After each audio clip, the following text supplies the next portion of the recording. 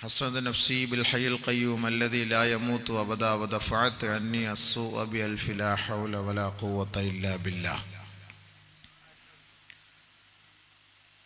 സദസ്സിലും സ്റ്റേജിലും ഉപവിഷ്ടരായിരിക്കുന്ന പണ്ഡിത ശ്രേഷ്ഠരെ, സുഹൃത്തുക്കളെ, വിശിഷ്ടാതിഥികളെ, നമ്മുടെ കോട്ടിക്കുളം ജമാഅത്തിൻ്റെയും കിസ്വായുടെയും സംഘാടക സമിതി അംഗങ്ങളെ, സംയുക്തമായി സംഘടിപ്പിച്ച ജമാഅത്തിൻ്റെ അഭിവന്യരായ നേതാക്കന്മാരെ, ഭാരവാഹികളെ, എന്നെ ശ്രവിക്കാനെത്തിയ നല്ലവരായ സഹോദരീ സഹോദരന്മാരെ, കുഞ്ഞുമക്കളെ, അസ്സലാമു അലൈക്കും വറഹ്മത്തുള്ളാഹി തആല വബറകാതുഹു.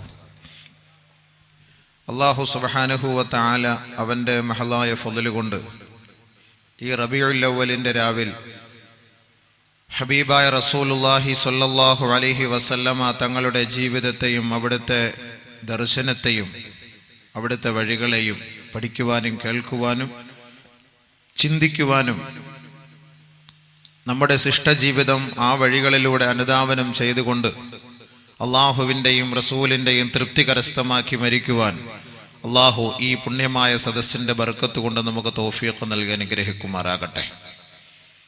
ഹബീബായ റസൂലുള്ളാഹി തങ്ങളുടെ ശഫാഅത്തിന് അർഹതയുള്ള യോഗ്യതയുള്ളവരാരെല്ലാമാണോ അള്ളാഹു തെരഞ്ഞെടുത്തത്, ഈ പുണ്യമാസത്തിൽ ഒരുമിച്ച് കൂടിയതിൻ്റെ ബർക്കത്ത് കൊണ്ട് അള്ളാഹു റബ്ബുൽ ഇസ്സത്ത് നമുക്കും ആ യോഗ്യത നൽകി അള്ളാഹു നമ്മളെ അനുഗ്രഹിക്കുമാറാകട്ടെ.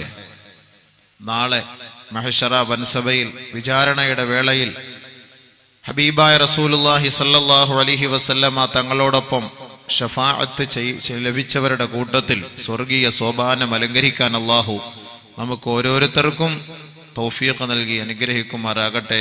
ബിറഹ്മതിക യാ അർഹമർ റഹീമീൻ. ബഹുമാനികളെ, കഴിഞ്ഞ വർഷം കിസ്വ മാത്രം സംഘടിപ്പിച്ച പരിപാടിയാണ്. ഇപ്പോൾ ഈ ജമാഅത്തിൻ്റെ കമ്മിറ്റി, കോട്ടിക്കുളം മുസ്ലിം ജമാഅത്ത് കമ്മിറ്റിയും കൂടി ചേർന്നുകൊണ്ട് വളരെ വിപുലമായ നിലയിലൊരു പരിപാടിയാണ് അൽഹംദുലില്ലാഹ് ഇപ്പോൾ സംഘടിപ്പിച്ചിട്ടുള്ളത്. അൽഹംദുലില്ലാഹ്, അല്ലാഹു റബ്ബുൽ ഇസ്സത്ത് പരിപൂർണമായി വിജയിപ്പിക്കുമാറാകട്ടെ. മദ്രസയുടെ 50-ാം വാർഷികം. അപ്പോൾ 50 വർഷമായി ഈ മദ്രസ പണിതിട്ട് എന്ന് മനസ്സിലാകും. 50 വർഷം. അപ്പോൾ ബഹുമാനമുള്ള സഹോദരങ്ങളെ, അപ്പോൾ അത് ഉടച്ചു വാർക്കേണ്ട സമയമായെന്നാണ് അതിൽ നിന്ന് നമുക്ക് മനസ്സിലാവുന്നത്. അപ്പോൾ ഇവിടെ പരിപാടി കഴിയുന്നതോടുകൂടി മദ്രസ പൊളിച്ച് പുതിയ മദ്രസ കെട്ടാനുള്ള അടിസ്ഥാനം, ബേസ്മെന്റിന് തുടക്കം കുറിക്കും എന്ന് മനസ്സിലാകുന്നു. അള്ളാഹു അതുപോലെ തന്നെ പൂർത്തീകരിച്ച് തരുമാറാകട്ടെ. കാരണം കുഞ്ഞുമക്കൾ പഠിക്കുന്ന മദ്രസയാണ്. കാലപ്പഴക്കം ചെന്ന് കഴിഞ്ഞ് അതെങ്ങാനും പൊടിഞ്ഞ് തലയിൽ വീണാൽ നമ്മുടെ കുഞ്ഞുമക്കൾക്കാണ് അതിൻ്റെതായ ആപത്ത്. അള്ളാഹു അവരെ സംരക്ഷിക്കുമാറാകട്ടെ. അപ്പോൾ അതുകൊണ്ട് അൽഹംദുലില്ലാഹ്, ആ വിഷയമൊക്കെ അവിടെ ഇരിക്കട്ടെ. അതൊക്കെ അതിൻ്റെ വഴി പോലെ അൽഹംദുലില്ലാഹ് പിന്നാലെ വരും, അതങ്ങ് നടക്കും. അള്ളാഹു അത് വിജയിപ്പിക്കുമാറാകട്ടെ. നബി സല്ലല്ലാഹു അലൈഹി വസല്ലമ തങ്ങളുടെ ജീവിതവുമായി ബന്ധപ്പെട്ട്, ഹബീബായ റസൂലുള്ളാഹി സല്ലല്ലാഹു അലൈഹി വസല്ലമ തങ്ങളുടെ ജന്മദിനവുമായി ബന്ധപ്പെട്ട് എല്ലാ വർഷവും അള്ളാഹുവിൻ്റെ റസൂലിനെ കുറിച്ച് നമ്മൾ മദ്ഹ് ഗാനങ്ങൾ പാടുകയും നബിതങ്ങളെ പ്രകീർത്തിക്കുകയും ഒക്കെ ചെയ്യുമെങ്കിലും നബി സല്ലല്ലാഹു അലൈഹി വസല്ലമ തങ്ങളുടെ വന്ന വഴി എങ്ങനെയാണ്, അവിടുത്തെ ജീവിതം, അവിടുത്തെ മാതൃക എന്താണ്, അവിടുന്ന് വന്നപ്പോൾ ഉണ്ടായ സംഭവങ്ങൾ എന്തൊക്കെയാണ്, നബി സല്ലല്ലാഹു അലൈഹി വസല്ലമ തങ്ങളെ അവിടുത്തെ കൊച്ചാപ്പ മൂത്താപ്പമാർ സ്നേഹിച്ചത് എങ്ങനെയാണ്, നബി സല്ലല്ലാഹു അലൈഹി വസല്ലമ തങ്ങൾക്ക് അവിടുത്തെ സ്വഹാബാക്കൾ നൽകിയ സ്ഥാനം എന്തായിരുന്നു, അള്ളാഹുവിൻ്റെ റസൂലിനെ കുറിച്ച് മാത്രം കേട്ട് പരിചയമുള്ള നമുക്ക് ബഹുമാനപ്പെട്ട പണ്ഡിതന്മാർ, ഉലമാക്കൾ, ഫുഖഹാക്കൾ, മുഹദ്ദിസീങ്ങൾ, മുഫസ്സിരീങ്ങൾ അള്ളാഹുവിൻ്റെ റസൂൽ സല്ലല്ലാഹു അലൈഹി വസല്ലമ തങ്ങളുടെ വരവുമായി ബന്ധപ്പെട്ട് നമുക്ക് പഠിപ്പിച്ചു തന്ന ചരിത്ര രേഖകൾ നമ്മൾ പഠിച്ചാൽ അള്ളാഹുവിൻ്റെ റസൂലിന് നമുക്ക് ഇപ്പോൾ നൽകുന്ന ആദരവിനേക്കാൾ ഒരുപക്ഷെ കൂടുതൽ നമുക്ക് നിബിതങ്ങളെ ആദരിക്കാൻ നമുക്ക് കഴിയും. നബി സല്ലല്ലാഹു അലൈഹി വസല്ലമ തങ്ങളെക്കുറിച്ച് അറിയണം, പഠിക്കണം, ചിന്തിക്കണം, മനസ്സിലാക്കണം. അവിടുത്തെ ജീവിതവും നമ്മുടെ ജീവിതവുമായുള്ള ബന്ധമുണ്ടാക്കിയെടുക്കണം. ഒരിക്കലും നബി സല്ലല്ലാഹു അലൈഹി വസല്ലമ തങ്ങളെ മാറ്റി നിർത്തിക്കൊണ്ടുള്ള ഒരു പ്രവർത്തനം നമുക്ക് ഒരിക്കലും ഭൂഷണമല്ല. അപ്പോൾ അതുകൊണ്ട് ബഹുമാനികളെ, ഈ വിനീതൻ ഇന്നു മുതൽ 5 ദിവസത്തെ പ്രഭാഷണം ഈ പരിസരങ്ങളിലുണ്ട്. ഇവിടെ 2 ദിവസം, ഇത് കഴിഞ്ഞാൽ 2 ദിവസം ചെറുക്കള, പിന്നെ ഒരു ദിവസം നായന്മാർ മൂല. ഇവിടെയെല്ലാം ഞാൻ ആഗ്രഹിക്കുന്നത് നബി സല്ലല്ലാഹു അലൈഹി വസല്ലമ തങ്ങളെക്കുറിച്ചൊന്ന് ചർച്ച ചെയ്യാനാണ്. അപ്പോൾ അൽഹംദുലില്ലാഹ്, ഈ വിഷയങ്ങളുടെ തുടർച്ചയായിട്ട് നമുക്കതിങ്ങനെ ചർച്ച ചെയ്ത് പോകാൻ കഴിയും. ഒരു സ്ഥലം കഴിഞ്ഞാൽ അടുത്ത സ്ഥലത്തും അതിൻ്റെ ബാക്കി തുടർച്ചയായിട്ട് പോകാൻ കഴിയും.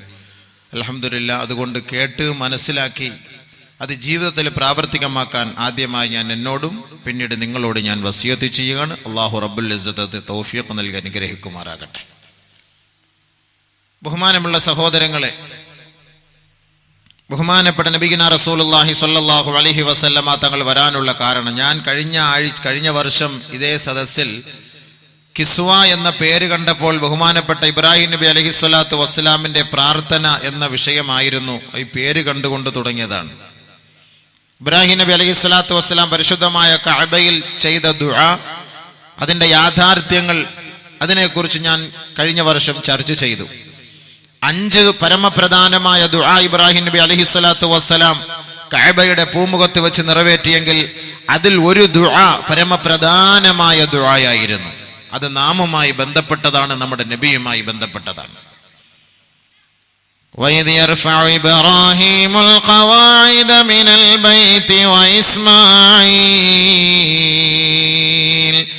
رَبَّنَا تَقَبَّلْ مِنَّا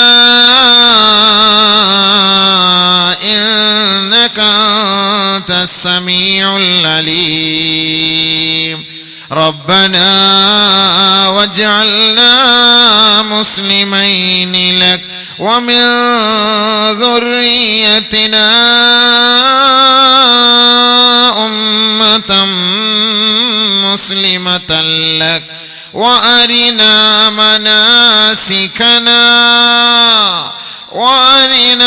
مَنَاسِكَنَا وَتُبْ عَلَيْنَا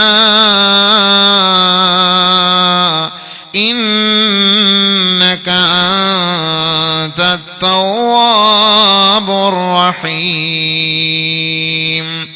رَبَّنَا وَابْعَثْ فِيهِمْ رَسُولًا مِّنْهُمْ يَتْلُو عَلَيْهِمْ آيَاتِكَ وَيُعَلِّمُهُمُ الْكِتَابَ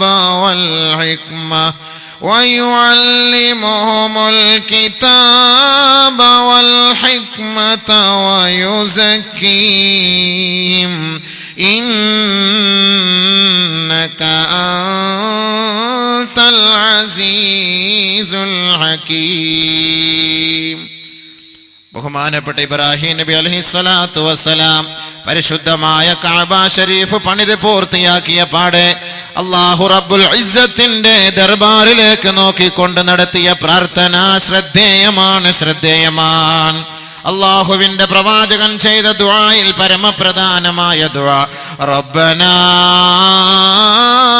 വബ്അസ് ഫീഹിം റസൂലൻ മിൻഹും യത്ലൂ അലൈഹിം ആയാതിക്.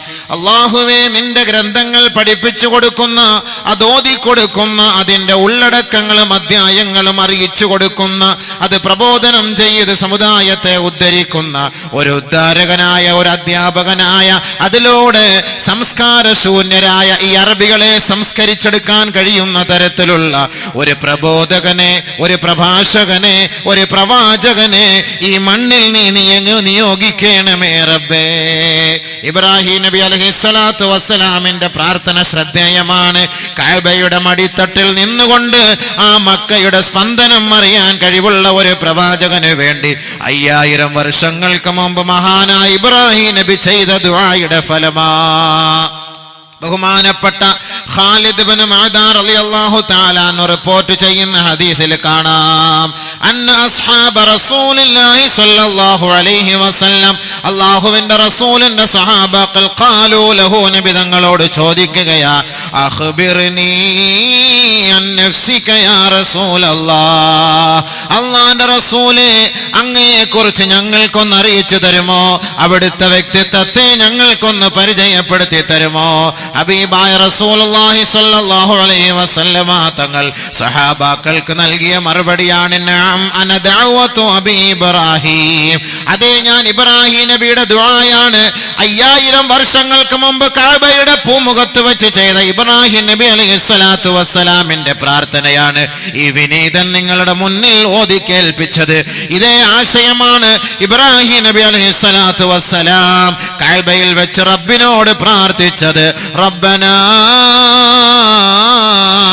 وابعث فيهم رسولا منهم يتلو عليهم آياتك ويعلمهم الكتاب والحكمة ويزكيهم إنك أنت العزيز الحكيم. ഇന്ന് മദ്രസകൾ എന്തിനാണ്? ഇന്ന് ദർസുകൾ എന്തിനാണ്? അറബി കോളേജുകൾ എന്തിനാണ്? പള്ളി ദർസുകൾ എന്തിനാണ്? ഇന്ന് നമ്മുടെ കുഞ്ഞുമക്കൾ മദ്രസകളിൽ പഠിക്കാൻ പോകുന്നതിന്റെ ലക്ഷ്യമെന്താ? ബഹുമാനപ്പെട്ട ഇബ്രാഹിം നബി അലൈഹിസ്സലാത്തു വസ്സലാം 5000 വർഷങ്ങൾക്ക് മുമ്പ് കഅബയുടെ പൂമുഖത്ത് വെച്ച് ചെയ്ത ദുആയും 21-ാം നൂറ്റാണ്ടിലെ മദ്രസയുമായി ബന്ധമുണ്ട് എന്നതിന്റെ തെളിവാ. അല്ലാഹുവേ, പടച്ചവനെ, നിന്റെ ഗ്രന്ഥം ഓതിക്കൊടുക്കുവാനും അത് പഠിപ്പിച്ചു കൊടുക്കുവാനും അതിന്റെ ഉള്ളടക്കങ്ങൾ മനസ്സിലാക്കുവാനും അതിന്റെ നിജസ്ഥിതി അറിയിച്ചു കൊടുക്കുവാനും കഴിവുള്ള ഒരു ഗുരുനാഥനെ, ഒരു അധ്യാപകനെ ഈ മണ്ണിലേക്ക് നിയോഗിക്കണമേ അല്ലാ. സംസ്കാര ശൂന്യരായ ജനതയായിരുന്നു. സ്വന്തം ബീജത്തിൽ ജനിച്ച മക്കൾ അത് പെണ്ണായി പോയതിന്റെ പേരിൽ പരസ്യമായി ലജ്ജ കൊണ്ട് കുഴിച്ചു മൂടിയിരുന്ന കാടൻ നിയമത്തെ പരിശുദ്ധ ഖുർആനിന്റെ വജസ്സുകളിലൂടെ എന്നേക്കുമായി കാലത്തിന്റെ ചവിട്ടുകൊട്ടയിലേക്ക് വലിച്ചെറിഞ്ഞ മുഹമ്മദ് മുസ്തഫ.